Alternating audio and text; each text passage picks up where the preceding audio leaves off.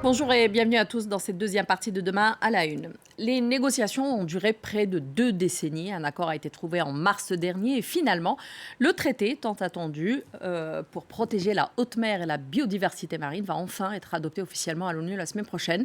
Un accord qualifié d'historique par l'ONG Greenpeace et salué par l'Union européenne. Pour débattre de ce deuxième sujet, j'ai le plaisir d'avoir avec moi, tout d'abord ici dans les studios, Dr Frédéric Lemanac, qui est directeur scientifique de l'association Bloom, une association qui travaille sur la protection de l'océan. Bonjour. Bonjour. Merci d'être avec nous. Et puis, depuis New York, nous avons notre correspondante justement à l'ONU, Fanny Chauvin. Bonjour Fanny et merci d'être parmi nous.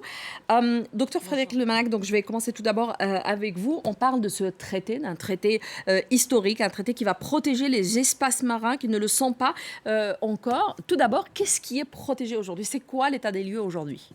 Alors en fait, la protection aujourd'hui, elle ne peut être faite que dans les zones économiques exclusives. Donc c'est les zones qui sont les plus côtières en fait. Qui dépendent des États. Qui dépendent des États.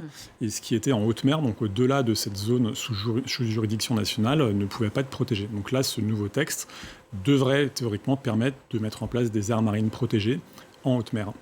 Alors justement, avec ce traité, ce qu'on lit quand on entend un traité historique, c'est qu'on passe un peu à la vitesse supérieure avec la création d'aires marines protégées en haute mer, une obligation pour les États d'évaluer l'impact environnemental des nouvelles activités. J'ai envie de vous demander votre avis sur que contient ce traité réellement. Alors notre avis, il n'est pas aussi bon que ce qu'on a pu lire dans la presse au moment où l'accord a été... Parce que Greenpeace aussi parle d'un accord historique. Exactement, tout le monde s'est un peu félicité parce qu'effectivement c'est historique dans le sens où ça a mis 20 ans à aboutir, donc tout le monde s'est empressé de féliciter le traité, mais en fait quand on est rentré dans le texte et qu'on a regardé vraiment les mécanismes mis en œuvre pour par exemple mettre en place des aires marines protégées, on se rend compte que déjà en préambule de la partie sur les aires marines protégées, on parle d'exploitation. En fait, c'est des aires marines protégées dans le but de faire de l'exploitation durable. Donc pour nous, de l'exploitation, déjà, c'est pas de la protection, donc on a quelque chose qui est complètement incohérent dès le départ. Et ensuite, quand on rentre vraiment dans les processus de création de ces aires marines protégées, c'est l'ONU, donc on a du consensus. Quand il n'y a pas de consensus, il faut avoir 2/3 des parties prenantes ou 3/4 des parties prenantes qui donnent leur accord. Et si un État n'est pas d'accord avec la création d'une marine protégée, il peut alors faire objection. Et si on a un certain nombre d'objections qui sont déposées, la création de l'aire marine protégée tombe. Et de toute façon, ça ne s'applique pas à ceux qui font objection. Donc en fait, on a vraiment quelque chose qui paraît historique sur le papier. En fait, quand on commence à creuser, on se rend compte que la pêche industrielle n'est pas incluse, l'exploitation minière n'est pas incluse, et quand on regarde les mécanismes de mise en œuvre, en fait, on se rend compte que c'est quelque chose un peu sans dents et assez mou. Et est-ce que vous pouvez nous expliquer quand vous dites que la pêche industrielle n'est pas incluse? Qu'est-ce que cela veut dire? Ça veut dire qu'on peut continuer à faire comme aujourd'hui sans aucun problème dans ces hautes mers? Exactement. En fait, le traité, dans son texte même, explique que les choses qui sont déjà gérées par d'autres traités onusiens internationaux sont exclues. Et par exemple, en 1994, on a eu un code minier sur l'exploitation minière des fonds marins en 1994. On a eu un accord aussi de l'ONU sur les stocks de poissons chevauchants et migrateurs en 1995. Et donc, en fait, on a déjà des textes onusiens qui gèrent l'exploitation de la pêche et l'exploitation minière. Qui restent actifs aujourd'hui. Ce traité ne les remplace pas. Exactement. En fait, c'est exactement ça que le traité explique. C'est que quand on a déjà un outil international qui existe, le traité ne le couvre pas. Et donc là, en fait, on a un traité qui couvre assez peu de choses, qui va couvrir par exemple le contrôle de tout ce qui est génétique, l'exploitation génétique de la vie marine dans les océans. Donc c'est très bien, puisqu'actuellement on a des entreprises comme BASF par exemple, qui sont en train de déposer des brevets sur tout ce qui est vivant dans l'océan. Et donc on a aussi besoin de contrôler ça, puisque c'est un bien commun de l'humanité. Donc il faut s'assurer que tout le monde en bénéficie. Donc on a des choses qui sont bien dans ce texte-là, mais ça ne couvre ni l'exploitation minière, qui est un énorme enjeu actuel, ni l'exploitation en termes de pêche, qui est le premier impact de la biodiversité marine au niveau mondial. Nécessaire, mais pas suffisant. Exactement. C'est un peu ça. Alors Fanny, justement, cet accord a été donc trouvé. Il y a eu l'annonce déjà en mars dernier, mais il a pris plus de 20 ans de négociations. Qu'est-ce qui a pris autant de temps ? Eh bien, ce qui a fait durer les négociations, c'est notamment la question du partage des bénéfices de ce bien commun, la haute mer. Chacun veut sa part du gâteau. On l'a compris, les fonds marins sont riches en organismes encore inconnus et ça attise la convoitise des industries pharmaceutiques et cosmétiques qui espèrent dénicher des molécules miracles. Alors, pour le moment, seuls les pays occidentaux ont les moyens d'explorer, les moyens techniques, technologiques et financiers pour explorer et exploiter les fonds marins. Or, les pays en développement ne veulent pas être mis de côté. Ils se sont longtemps battus pour imposer une sorte de taxe sur les bénéfices, car ce marché représente plusieurs milliards d'euros. Mais les pays du Nord militaient plutôt pour un système de licence d'exploitation à prix fixe et par année. Au final, les pays du Nord et les pays du Sud ont trouvé un compromis, une sorte de combinaison des deux. Reste à savoir si ces belles promesses seront tenues, car le chemin est encore long avant que ce nouveau traité entre en vigueur.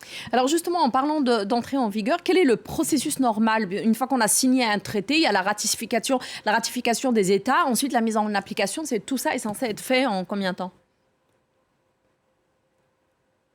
Alors, c'est assez long, mais alors déjà, tout d'abord, le texte ne doit pas bouger d'une ligne. Le fond est gelé. Il a été traduit dans les 6 langues officielles de l'ONU.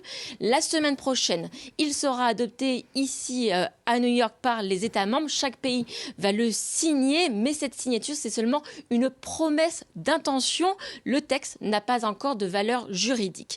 Alors, pour le ratifier définitivement, il faut que chaque pays fasse approuver par son Parlement national ce texte, ce qui peut prendre des mois, voire des années. Au minimum, il faut 60 pays pour que ce traité soit ratifié. Plus il y a de pays, bien sûr, plus ce texte aura du poids. Quant à sa mise en application, il n'y a pas encore de date, ça peut être long. Et certaines conventions onusiennes ont mis plus de 10 ans pour pouvoir entrer en vigueur.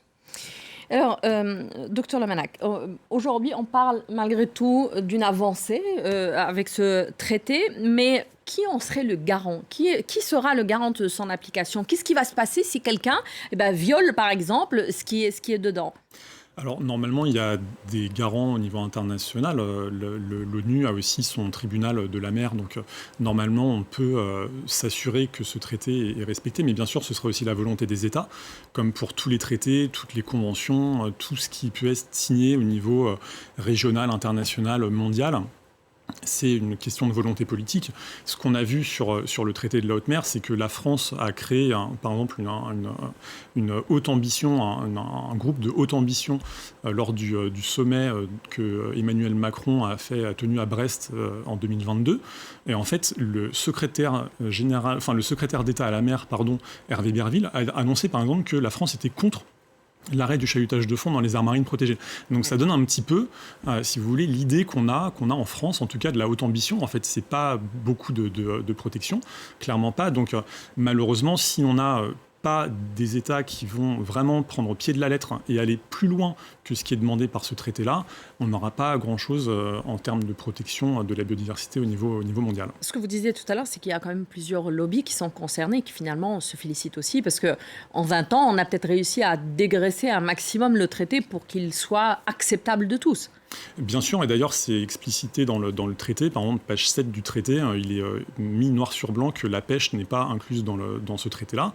Pourquoi ? Parce qu'il y a bien sûr eu un combat du lobby industriel de la pêche pour exclure la pêche du traité, au titre que c'était déjà couvert par un autre traité onusien, mais qui est complètement dysfonctionnel. Donc en fait on a un traité qui se repose sur d'autres traités, qui ne fonctionnent pas, qui sont très vieux, qui devraient être mis à jour, et qui ne sont pas respectés, notamment parce qu'il y a un manque vraiment de volonté des États. Et donc on se retrouve effectivement avec quelque chose qui est dégraissé. C'est, comme vous disiez, c'est totalement... il faut ce traité-là, mais clairement ce traité-là ne va pas faire en sorte que le monde ne partira pas en torche. Donc on a vraiment besoin d'avoir de la volonté politique.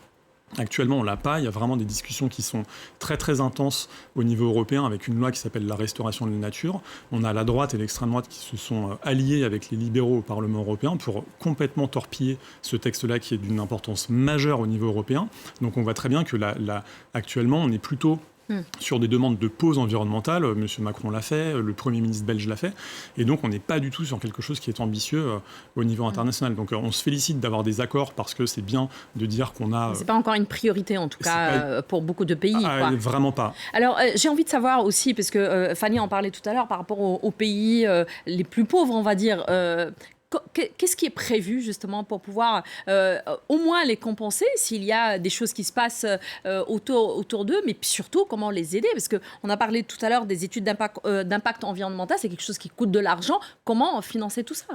Alors l'argent existe, hein. On est capable de sortir des milliards d'euros pour développer la tech ou je ne sais pas quel secteur. Donc l'argent existe, il faut mais évidemment... Mais est-ce qu'il existe pour la haute mer? Alors il existe pas pour la haute mer, puisque par exemple, lorsque l'accord a été trouvé en mars 2023, l'Union européenne a annoncé mettre sur la table 40 millions d'euros pour le fonds de compensation, justement, pour les pays du Sud notamment. 40 millions d'euros, c'est 25 fois moins que ce que l'Union européenne met chaque année en fonds structurels pour la pêche. Pour la pêche, qui est un secteur microscopique, qui ne représente rien par rapport à l'agriculture, par exemple. Et donc, on a des annonces qui disent qu'on crée un fonds de compensation, qu'on donne un petit peu d'argent, mais c'est vraiment des miettes. Et donc, on a besoin de trouver cet argent-là, d'aller le prendre, je ne sais pas, dans l'évasion fiscale ou taxer les super profits de Total, etc. On en parle, toutes les ONG en parlent et on a l'argent qui existe. Il est simplement mal fléché. Mais clairement, que ce soit pour le réchauffement climatique ou l'exploitation de la haute mer, on a besoin d'avoir des compensations pour les pays du Sud, puisque clairement, c'est pas eux c'est eux qui subissent les changements climatiques de plein fouet. On les subit, mais beaucoup moins qu'eux. Et c'est pas eux qui vont aller s'enrichir avec les ressources génétiques et marines. Exactement. Merci beaucoup, Dr Frédéric Lemanac. Merci d'avoir été avec nous. Je rappelle que vous êtes directeur scientifique de l'association Bloom. Merci Fanny Chauvin d'avoir été avec nous depuis New York. Merci à vous aussi. Merci à vous tous de nous avoir suivis pour ce nouveau numéro de Demain à la Une. Très bon week-end sur France 24. Au revoir.